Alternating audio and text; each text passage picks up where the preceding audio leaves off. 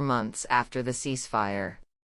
Although the United States had strained its relations with both India and the Soviet Union, the Moscow summit took place in May 1972 on the schedule established before the South Asian crisis and led to outcomes shaping the future of the Cold War toward an eventually peaceful outcome. U.S. relations with India began to improve within 2 years and have stayed on a positive trajectory since. During my visit to New Delhi in 1974, the two countries created the U.S.-India Cooperation Commission, which became the institutional basis for a synchronization of interests that has continued to accelerate to the present day. Nixon and the American crisis. Historical memory is often endowed with the appearance of inevitability. Gone are the doubt, risk, and contingent nature of events that accompany, and, on occasion, threaten to overwhelm, participants in the moment. Nixon's leadership consisted in the fortitude to overcome his own latent sense of doom and, amid the anguish of uncertainty, to merge complex geopolitical trends into a broad definition of national interest and to sustain it in the face of adversity. Nixon worked on the conviction that peace was the fragile and dangerously ephemeral consequence of diligent statesmanship, within a world where tension and conflict were almost preordained. It was the statesman's duty to seek to resolve conflicts on the basis of an inspired vision of the future. At Richard Nixon's funeral in 1994, I observed that he had advanced the vision of peace of his Quaker youth. This is true in an obvious and immediate sense. He brought American troops home from Vietnam, helped end wars in the Middle East and South Asia, and introduced incentives for restraint in the superpower competition with the Soviets, through diplomatic initiatives rather than unilateral concessions. But his vision of peace was also made manifest in the way he reshaped world order by introducing multipolarity into the global system by the opening to China while advancing American interests and overall stability. By adjusting America's role from faltering dominance to creative leadership, Nixon was, for a time, successful. But the collapse of his administration in August 1974 due to the Watergate tragedy, compounded by the fall of Saigon 8 months later, prevented his approach to foreign policy from achieving the influence on American thought it deserved. As a result, the eventual triumph of the United States in the Cold War and the unraveling of the Soviet Empire were widely perceived in ideological, rather than geopolitical terms, and understood as a vindication of America's confident verities about the world. Those verities, in turn, have guided much of the U.S. approach to the post-Cold War period. Among them is the belief that adversaries will collapse due to their own dynamics or can be crushed. That friction between countries is more often the result of either misunderstanding or malevolence rather than of differing interests, or values that each side regards as valid, and that, with only a push by the United States, a rules-based world order will naturally develop as the expression of inexorable human progress. Today, a half-century after the Nixon presidency, these impulses have led the United States to a situation that is strikingly similar to the one Nixon inherited in the late 1960s.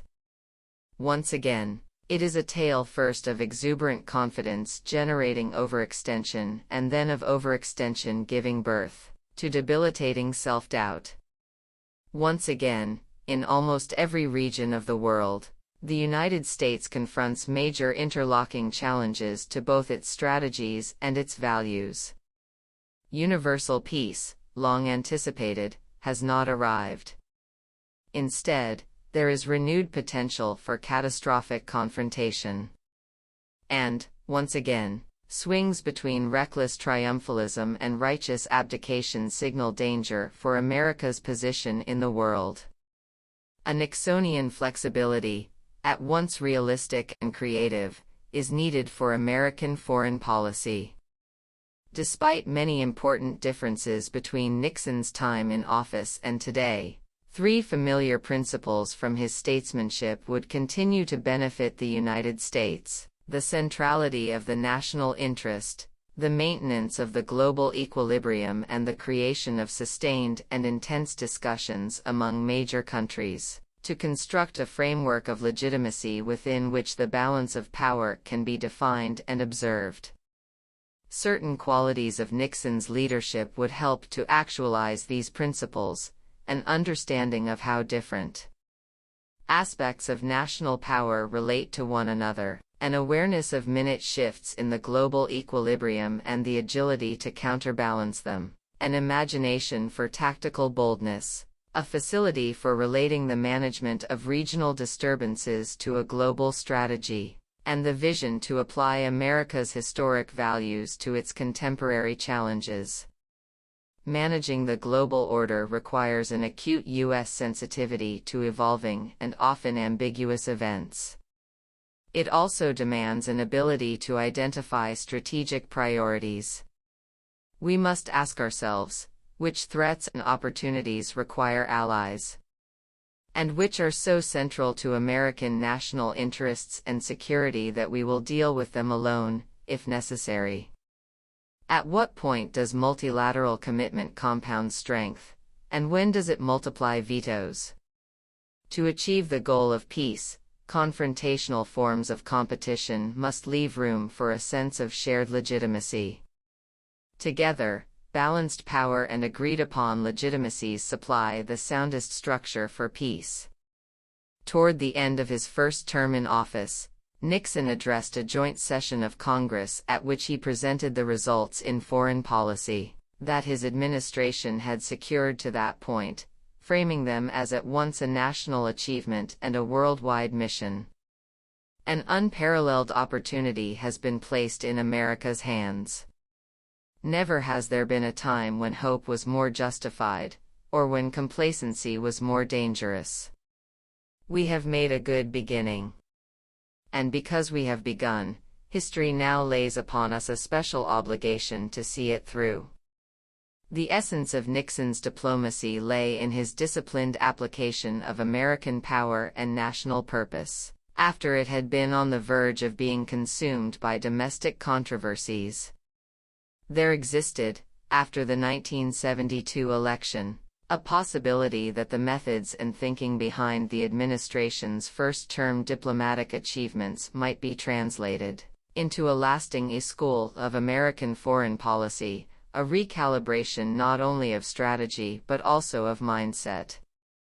In this scenario, America's exceptionalism would be understood to owe as much to the deft and measured exercise of its inherent strength as to its determination to validate its founding principles. But only 2 weeks after Nixon delivered this speech, there was a break-in at the Watergate. Leadership: 6 Studies in World Strategy by Henry Kissinger. Chapter 4. Anwar Sadat, The Strategy of Transcendence. A. The special quality of Anwar Sadat. B. The impact of history. C. Early life. D. Contemplations in prison. E. Egypt's independence. F. Mouthpiece of the revolution. G. Nasser and Sadat. H. Sadat's perspective. I. The corrective revolution. J. Strategic patience. K. The 1973 war. L. Mayer and Sadat. M. The meeting at the Tara Palace. N. From Geneva to disengagement. O. The Syrian dimension. P. Another step toward peace, the Sinai II Agreement. Q. Sadat's journey to Jerusalem. R. The tortuous road to peace. S. The unraveling.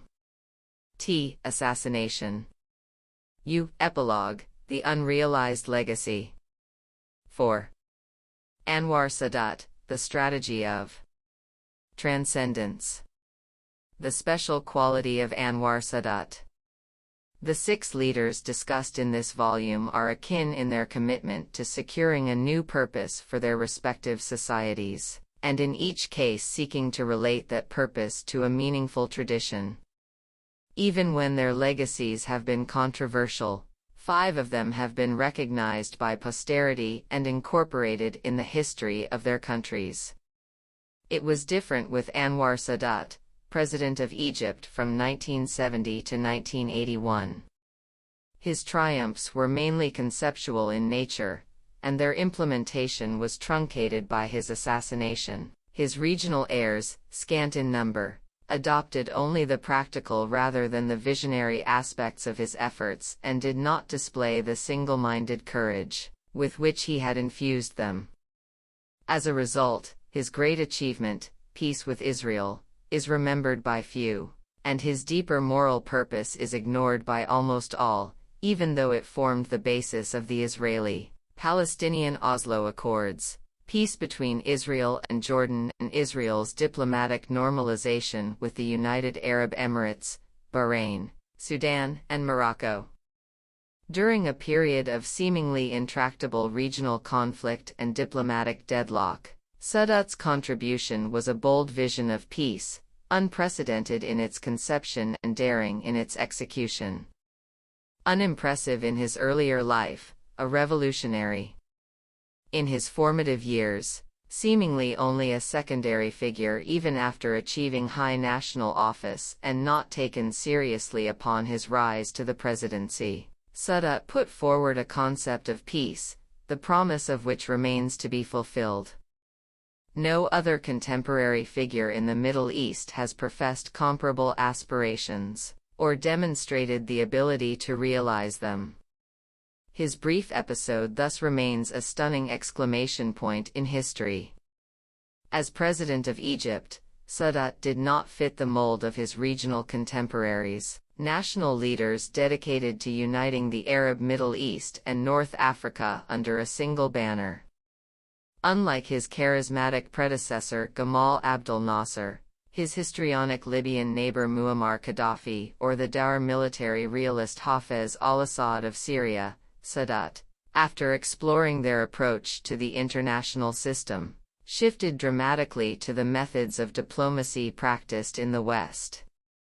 His strategy prioritized national sovereignty and alignment with the United States over the pan-Arab nationalism and non-alignment, then sweeping the Arab and Islamic world. To his strategic imagination, Sadat added extraordinary human qualities: fortitude, empathy, audacity, and a gravitas, at once practical and mystical. His policies flowed organically from his personal reflections and his own interior transformations. This chapter is an effort to trace those evolutions, to understand how he inoculated himself against the conventional wisdom of his time and thus transcended ideologies that, for decades, had contorted the Middle East and bled Egypt dry. The impact of history. Egypt's history endowed it with an exceptional sense of continuity and civilizational wholeness. For millennia, the Nile Valley north of Aswan has remained the core of the country's territory. And in spite of 23 centuries of nominal foreign rule, first under the Ptolemies and then under Romans, Byzantines, a succession of caliphs, Mamluks, Ottomans, and finally the British, Egypt has typically been able to wrest local control from its ostensible conquerors. Though never fully independent since the days of Alexander the Great, Egypt also never fully acquiesced as a colony. Instead, it was a civilization practicing eternity in a pharaonic guise. Such a distinctive character would always proclaim more than merely provincial stature. In this sense, Sadat's primary mission, before and during his presidency, was an expression of the aspiration of Egyptian civilization to secure lasting independence. Despite its continuity, Egypt has for centuries vacillated between two civilizational identities. One originated with the ancient Mediterranean kingdom, based in Egypt, of the Ptolemaic dynasty, which was oriented toward Greece and Rome. Within that framework, Egypt held a prominent place during the Hellenistic period and the early Roman Empire. Alexandria served as a central entrepot of the ancient world, and the fertile banks of the Nile produced much of the Mediterranean basin's grain. The country's second, more recent identity, that of an Islamic state, oriented toward Mecca, was rejuvenated by 18th and early 19th century expansionists such as the Mamluk Ali Bey and the Ottoman military commander Muhammad Ali, who aimed at influencing and conquering Arabia and the Levant. In 1805, after Napoleon's brief appearance in Egypt, Muhammad Ali established himself as the first Khedive, essentially a viceroy under Ottoman suzerainty, and began a dynasty that would rule Egypt for the next 150 years. His descendants, too, would be known as Khedives. The modern Egyptian view thus came largely, though not entirely, through an Islamic lens.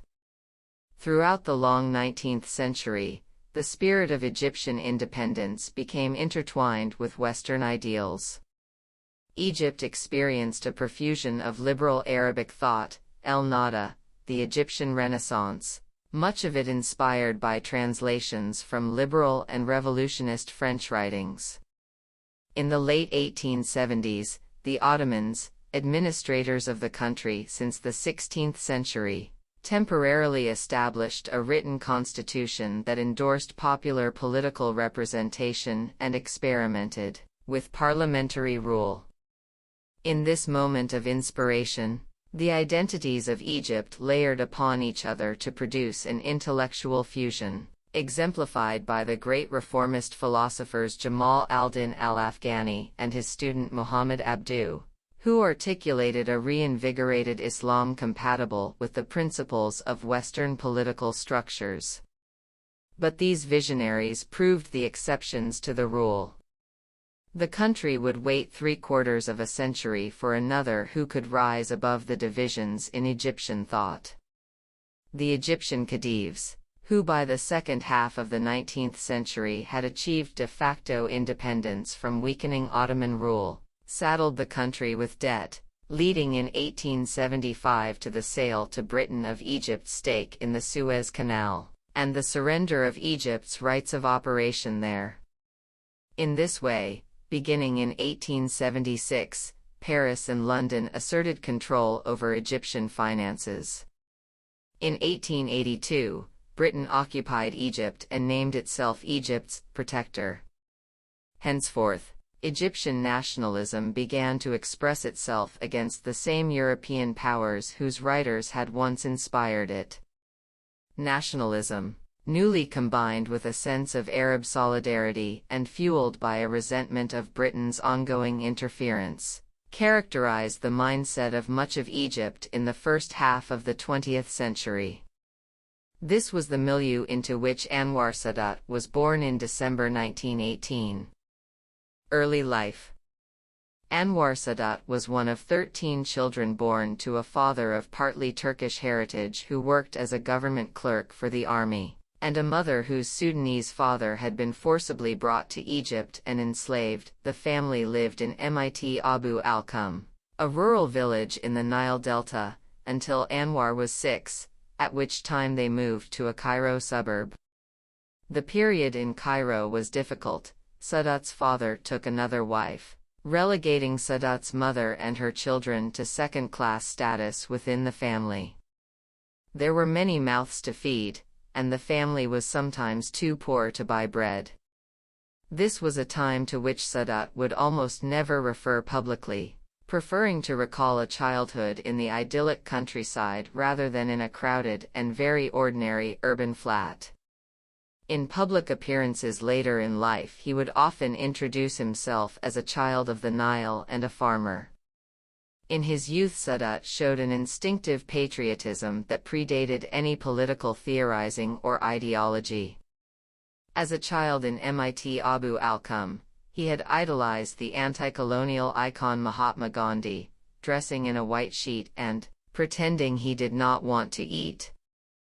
He was aware of continuing British power because it determined the nature of his father's employment. For instance, after the British forced withdrawal of Egyptian troops from Sudan in 1924, his father came home. Young Anwar occasionally stole apricots from the royal orchard for his snacks. At 8 years old, he joined street demonstrations for the removal of Egypt's pro-British ministers. As an adolescent, he despised the British constable who rode his motorcycle through Sadat's Cairo neighborhood. The family strongly emphasized education. Anwar's paternal grandfather was literate, a rarity in Egyptian villages at that time, and his father was the first man in MIT Abu al-Qum to obtain an educational qualification. Despite their constrained finances, the family managed to pay for Anwar and his older brother's schooling. Raised a devout Muslim, he learned in both the Quranic and Christian traditions as a student at 2 different middle-class schools. He read widely and voraciously. Sadat became more conscious of the distinctiveness of his class difference when he gained admission to the Royal Military Academy in Cairo, which had only recently begun taking students from the lower and middle classes. His acceptance had to be achieved through the laborious and humbling process of asking for references from distant acquaintances, sufficiently elevated in the state hierarchy to have influence. In young adulthood, his patriotic instincts began to develop into a political philosophy and a sense of self. On the wall of the Cairo flat had been a portrait of Kemal Ataturk. He read the Turkish hero's biography while at the military academy. Afterward, he frequented bookstores to keep up his education. Sadat spent his youth feeling inferior, both in his family and at school. The circumstances of his early years trained him in survival, whether by theft or by the small deceptions of conformity. These adaptive skills would hold him in good stead as a revolutionary and early in his presidency. Although intelligent and spiritually inclined from childhood, the young Sadat was far from fully formed, and he did not begin with the ideas he would only later develop. Still, he was open to new understandings and genuinely curious. His natural openness allowed him to grasp a wide range of possibilities. And he had the persistence to follow through on what new thoughts implied. Sadat's adolescence and early adulthood unfolded against a backdrop of contradictory political trends. From 1882 to 1914, the Ottoman Empire retained Egypt as an autonomous province, though British de facto control had turned it into a veiled protectorate. In 1914, with the outbreak of the First World War, Britain declared Egypt a sultanate under British protection and encouraged the Arab revolt against the vestiges of Ottoman rule. In 1922, after years of unrest over Britain's sidelining of the popular Wafd Party, Egypt was grudgingly granted its long-promised formal independence, transforming it from a protectorate and sultanate to a kingdom. Sultan Fuad I, 9th of the Ali dynasty, became King Fuad I. This was, at first, only a nominal change. Britain still reserved for itself the operation of the Suez Canal, the prevention of foreign interference in Egypt and the protection of Egyptian security, foreign affairs and international communications. Token independence did lead gradually to real gains in self-governance, as in the Anglo-Egyptian Treaty of 1936, which enhanced some of the powers of the Egyptian government and reduced British military presence in the country. But optimism over this progress was countered by growing popular frustration at the failure of the Wafd Party to deliver either full independence or the restoration of Egyptian control over Sudan, which remained under British rule.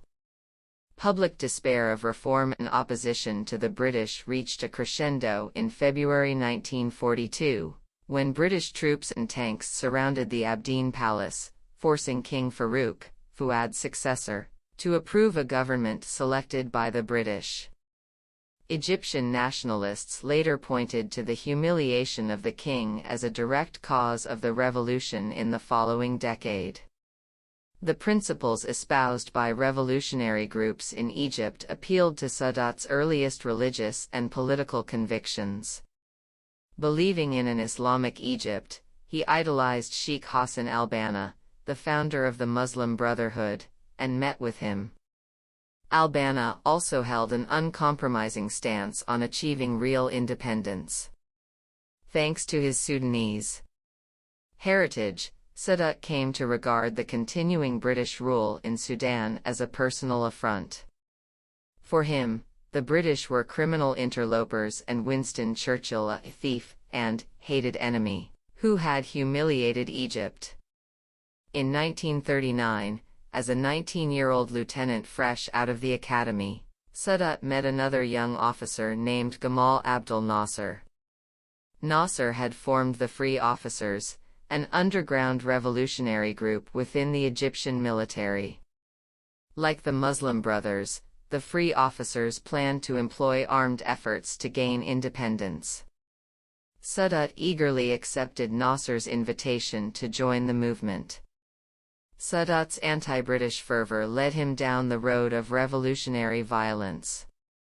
In June 1940, with the collapse of France and Italy's growing appetite for expansion, North Africa found itself a battlefield of the Second World War. Sadat, fixated on expelling the British even as his country nominally fought alongside them, took inspiration from Aziz al-Masri, a prominent leader of the Arab revolt against the Ottoman Empire during the First World War. Al-Masri had partnered with the British to drive the Ottomans out of the Arabian Peninsula. Drawing on al-Masri's example, treating the enemy of one's enemy as one's friend, Sadat began corresponding with and supporting German forces operating in North Africa. Stationed alongside British soldiers, Sadat nursed thoughts of rebellion. In his memoirs he would recollect that at that time, in the summer of 1941, I actually laid down the first plan for a revolution. Then, in the summer of 1942, he attempted to send messages to associates of General Erwin Rommel, who was leading the Nazi offensive from Libya into Egypt. In this he was not alone. In February 1942, crowds in Cairo had shouted support for Rommel and his troops. But Sadat's messages were intercepted. He was arrested by the British and imprisoned. Contemplations in prison. For the next 6 years, during the war and after, Sadat was in and out of prison, 1942-4 and 1946-8. He escaped more than once from his first imprisonment, living for these interludes as a fugitive and remaining active in the Free Officers movement. In January 1946, he was indicted on charges of involvement in the assassination of the pro-British finance minister, Amin Osman. He awaited trial for 27 months, often in solitary confinement, until his ultimate acquittal, though he would later admit that he had in fact been involved. While he was enduring imprisonment and extended isolation, the other Free Officers continued their activities. They built the nascent movement into a well-funded, hierarchical organization. Most, while secretly plotting revolution, remained in the ordinary ranks of the Egyptian military. Awaiting them was a shock that would transform their aims, namely, the establishment of the State of Israel on May 14, 1948. Upon issuance of the new state's Declaration of Independence, read out by David Ben-Gurion at a meeting in Tel Aviv, and the immediate recognition of Israel by U.S. President Harry Truman, neighboring Arab states entered the civil war that had been consuming the Arabs and Jews of Mandate Palestine. Egypt, Transjordan, Syria, and Iraq invaded, the start of an unsuccessful 10-month campaign that attempted to forestall the formation of an independent Israeli state. 25 years of intermittent warfare would follow. By October 1948, Egyptian forces were taking heavy losses. By January 1949, they had been pushed back and surrounded in the Gaza Strip. By February, they had signed an armistice, the first but not the last of the Arab combatants to do so. The defeat was an embarrassment for the Arab League for failing to coordinate its members' disparate national armies. Veterans of the 1948-9 war, including future Egyptian presidents Nahib and Nasser, believed that the rout had resulted from Arab disunity. This catalyzed a new, Pan-Arab project, a military union of Arab states charged with confronting Israel and combating Western influence. Perhaps because the establishment of Israel was perceived by many Egyptians as a further European imposition on the region, even greater Egyptian identification with Arab causes and fiercer resentment of the West followed. When Sadat emerged from prison and was reunited with the Free Officers, now as a member of its leadership body, the Constituent Council, he remained in some ways separated from them. Many of the Free Officers had fought in the 1948 war. Sadat, meanwhile, had only had an indirect relation to the war, and his enthusiasm for Arab unity was similarly diluted.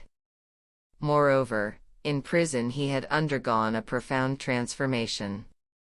Rather than languishing in his solitary confinement, he had developed what he later recalled as an inner strength.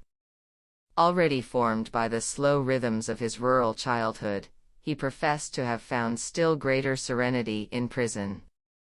But his was not a serenity that lent itself to stillness. It was, rather, a capacity for change. In his memoirs, Sadat would reflect, "My contemplation of life and human nature in that secluded place had taught me that he who cannot change the very fabric of his thought will never be able to change reality, and will never, therefore, make any progress." When finally released in August 1948, Sadat was still committed to the revolutionary cause, but he was no longer an uncritical adherent of his compatriots' ideas. He had cultivated the confidence to question his earlier convictions. Egypt's independence. The disgrace of the Egyptian monarch, the strain of the Second World War and the shame of the 1948 defeat added to the Egyptian public's anti-British sentiment. In October 1951, the country's parliament unilaterally abrogated the Anglo-Egyptian Treaty of 1936, which, for all its apparent advantages to Egyptian sovereignty, had served as the basis for a continued British military presence around the Suez Canal. When the British refused to leave, the Egyptians blockaded the remaining troops at the canal. The standoff deteriorated into active skirmishes.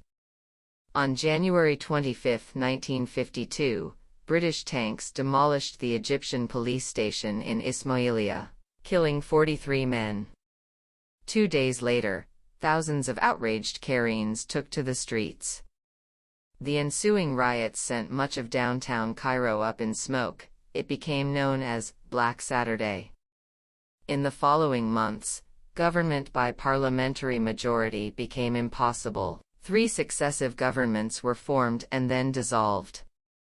The Free Officers saw that the situation had reached its critical point, the people were ready, and the government hapless.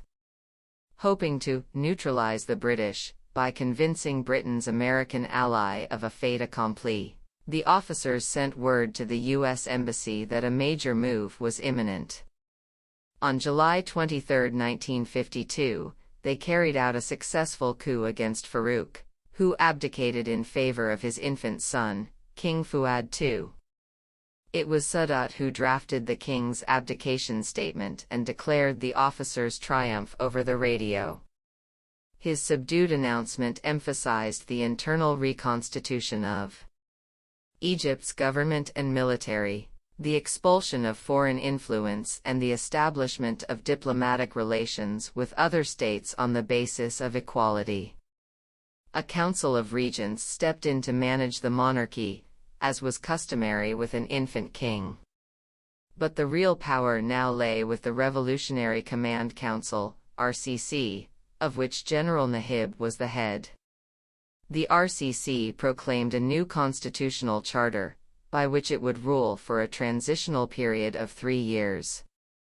In the summer of 1953, the RCC abolished the monarchy, declared Egypt a republic, and appointed Nahib as president and prime minister. Nasser was named deputy prime minister. A leadership competition soon sprang up between Nasser and Nahib. The latter enjoyed broad national support, but he was from an older generation. Meanwhile, Nasser's charisma continued to fire the imagination of the free officers. In the spring of 1954, Nasser convinced key army officers, a major Nahib constituency, that their leader's commitment to pluralism and parliamentarism had brought Egypt one step away from anarchy. Having won the army, Nasser was free to pursue his ambitions. In October 1954, as he was speaking at a podium, 8 bullets were fired toward him. All miraculously missed. Unhurt, Nasser finished his speech. "Go ahead and shoot me," he extemporized. You can't kill Nasser because all the Egyptian people will become Nassers. Some maintain that the shooting was staged. Whether it was or not, it had a major effect. In November 1954, Nasser rode the ensuing wave of popularity to the presidency under the 3-year transitional constitution, and took over the leadership of the RCC, ousting Nahib in the process. The contest between Nasser and Nahib was also a battle over the future of democracy in Egypt. In 1954, Nahib's wing of the RCC had drafted a constitution giving significant powers to the parliament. But that faction was overcome by Nasser's supporters, and in June 1956, Egypt's first republican constitution created a relatively unchecked executive, one manifestation of the military's unease with sharing power. Simultaneously, Nasser was re-elected president. With shrewd maneuvering and extraordinary panache, Nasser had sidelined his main competitor. The council had early on won goodwill from ordinary Egyptians with a series of popular policies: investment in industrialization and education, land reform, which weakened the aristocracy, and removal of titles, mostly held by Turco-Circassian elites. Responding to violent provocations by the Muslim Brotherhood, the council had also outlawed political parties in the winter of 1953. In this way, Nasser and his political allies managed to replace revolution with autocratic authority. Mouthpiece of the revolution. Under President Nasser, Sadat was the force behind Egyptian state media, founding the daily Al Jamhuriya, the Republic, in December 1953 and serving for several years as its managing editor and a well-known columnist. Led by him, the paper continued to denounce imperialism, and during this period Sadat also wrote 3 books on the Egyptian Revolution, including a volume in English, Revolt on the Nile, 1957, with a foreword by Nasser. From September 1954 to June 1956, Sadat served as a Minister of State, without portfolio, in Nasser's cabinet and, even though he had no legal training, became a member of the RCC's Revolutionary Tribunal, a judicial body. At first focused on rooting out monarchists and British loyalists, the tribunal eventually turned against the Muslim Brotherhood. Soon Sadat was taking on greater responsibilities. In 1957, after Nasser's consolidation of power and reintroduction of political parties within the People's Assembly, Egypt's parliament, Sadat became Secretary General of the National Union, Egypt's most powerful party, and a member of parliament. In 1960, He became Speaker of the Assembly.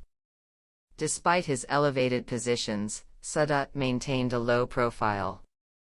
Over the next decade, even as he ascended to the vice presidency in 1969, he would continue to avoid drawing attention to himself.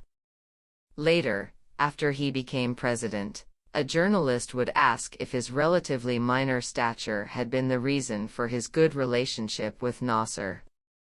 The journalist, Sadat remarks in his memoirs, must have concluded that he was either of absolutely no consequence, or else extremely cunning to avoid the friction that usually accompanied extended collaboration with Nasser.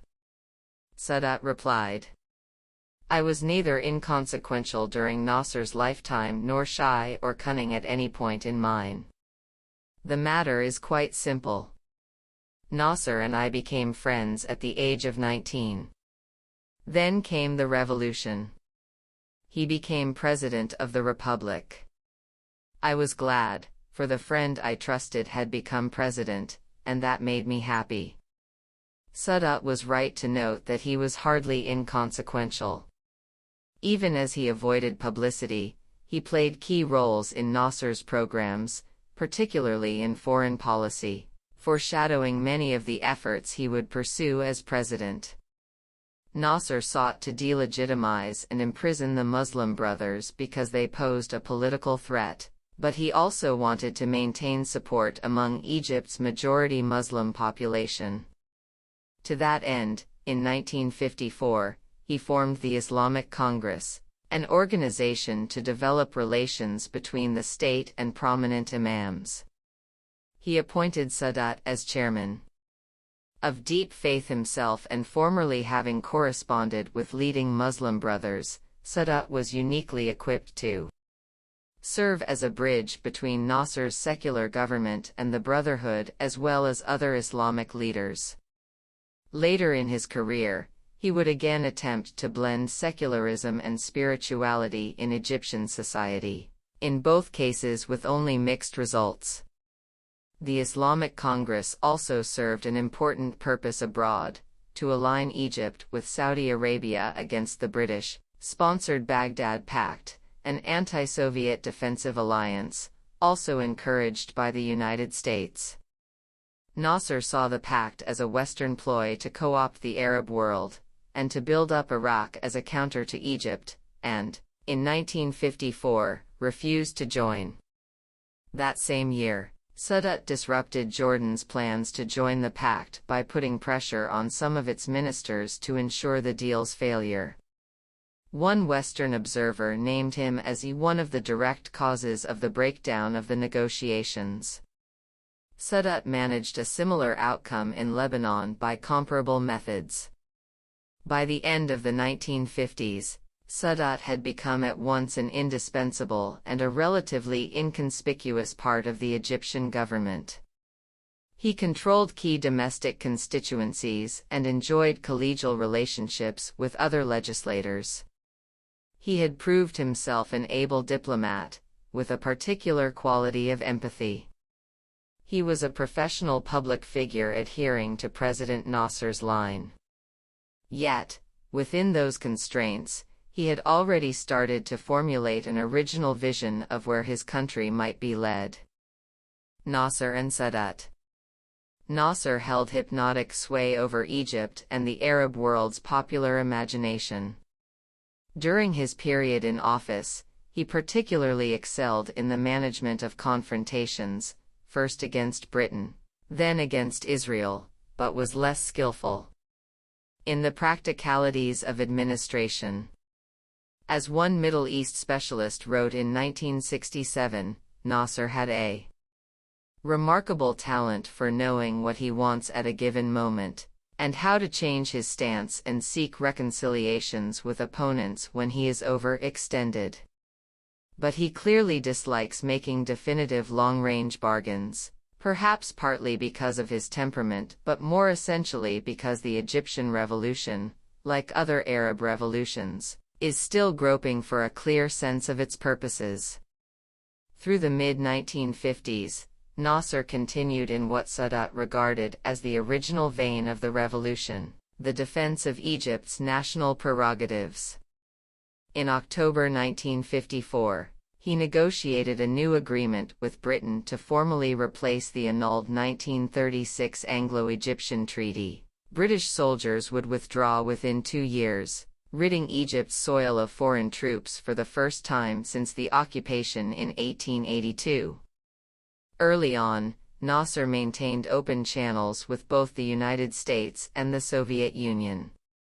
He became, by the time of the Bandung Conference in 1955, an icon of the non-aligned movement. Nasser knew that to defend Egypt's sovereignty, he would need to bolster its economic self-sufficiency.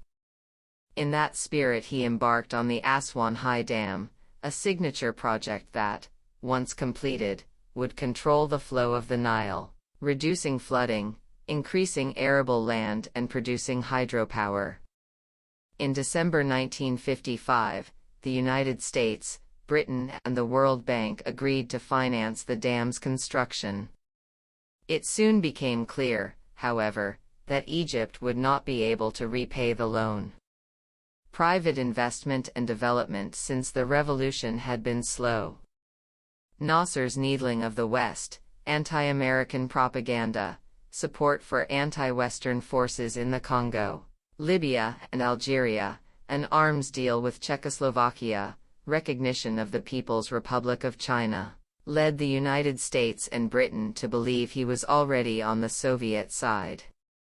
Washington canceled its funding for the Aswan Dam on July 19, 1956. The United Kingdom and the World Bank rescinded their pledges shortly thereafter. To compound the challenge, the United States announced publicly Egypt's economic inadequacies as the reason for the cancellation. No one likes being refused a loan by a bank, as the World Bank President Eugene Black commented, adding that, people get, especially, upset when they read in the paper the next day that they were refused because their credit wasn't any good. To Nasser and Sadat, the issue went beyond creditworthiness. The Egyptian leaders saw Western powers using debt to humiliate and stunt Egypt, just as they had done 70 years earlier when they occupied the country. Within days, Nasser retaliated. The Suez Canal Company, owned mostly by French and British shareholders, had operated the canal since the late 19th century. On July 26, 1956, Nasser announced the company's nationalization and, in its stead, established the state-owned Suez Canal Authority. Egypt, not Egypt's colonizers, was to reap the benefit of the lucrative tolls in the canal, the fastest and most traveled sea route from Europe to Asia. Those new revenues, Nasser claimed, would fund the Aswan High Dam. The nationalization of the canal was a challenge to the entire British position in the Middle East. In August 1956, British Prime Minister Anthony Eden wrote to President Eisenhower, the removal of Nasser, and the installation in Egypt of a regime less hostile to the West, must rank high among our objectives. Eden was convinced that Nasser was a new Mussolini, one whose ambitions put Britain's very existence at his mercy. That October, after secret collusion, Britain, France and Israel invaded Egypt to retake the canal. American diplomatic intervention led to a UN General Assembly vote against Britain and France, America's formal allies. There was a run on the pound sterling, and the United States blocked the IMF from supporting the currency. Abandoned by Britain's chief ally, in failing health and humiliated, Eden discontinued the project and resigned in January 1957. Salvation by America did not alter Nasser's hostility to the West. Rather, he seized the occasion to raise the stakes. With the end of the conflict, he proceeded to keep the canal closed for another 5 months, disrupting Europe's supplies from Asia and denting the British, French and other European economies. The canal's closure was a challenge for the Israelis, too. They had taken direct military losses in the invasion and now faced a suspension of U.S. aid, an interruption in oil supplies, and the proscription of their ships from the canal. Under pressure from Eisenhower and the threat of U.S. sanctions, Israel withdrew from the Sinai, creating the impression, in some Egyptian minds, that Washington could dictate Israeli policies. At the same time, a series of punitive actions by Nasser's government at home brought about the wholesale expropriation and forced exodus of roughly three-quarters of Egypt's 60,000 Jews. Though the canal closure enhanced Nasser's celebrity and helped propel Egypt onto the international stage, it was something of a Pyrrhic victory. In the aftermath of the Suez Crisis, France, Britain, and the United States blocked Egyptian government assets held in their respective countries. Damaged by the invasion, the canal required expensive repairs and in the meantime generated no revenue for its new Egyptian operators. Tourism fell, businesses departed, wounds made only more painful by Nasser's sequestration in November of the Anglo-Egyptian Oil Company, several banks and insurance companies, and other European-owned entities. Foreign capital fled Egypt.